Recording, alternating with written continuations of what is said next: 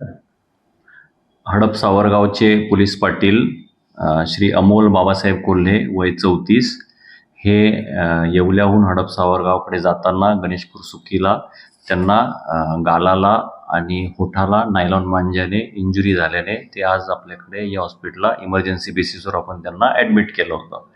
त्यांच्या गालाला बरीच खोल जखम आहे, होठांना खोल जखम आहे.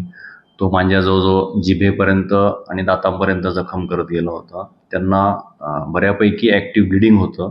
ते ब्लिडिंग आपण आता स्टॉप करून त्याला विरघळणाऱ्या न विरघळणाऱ्या टाक्यांनी 3 थरामध्ये जखम क्लोज करून पेशंट स्टेबल झाला आहे. टोटल जवळजवळ 40 टाके त्यांना पडले आहेत. पेशंट आता स्टेबल आहे. पण पुन्हा आपल्या माध्यमातून आपणा सर्वांना मी ही विनंती करू इच्छितो की नायलॉन मांज्याचा वापर आपण 100% टाळावा. पोलीस व प्रशासन 100% कडक कारवाई करतच आहे. पण जोपर्यंत विकणारे आणि वापरणारे हे मनापासून ठरवत नाही की मांजा वापरायला नको, तोपर्यंत हे अपघात बंद होणार नाहीत.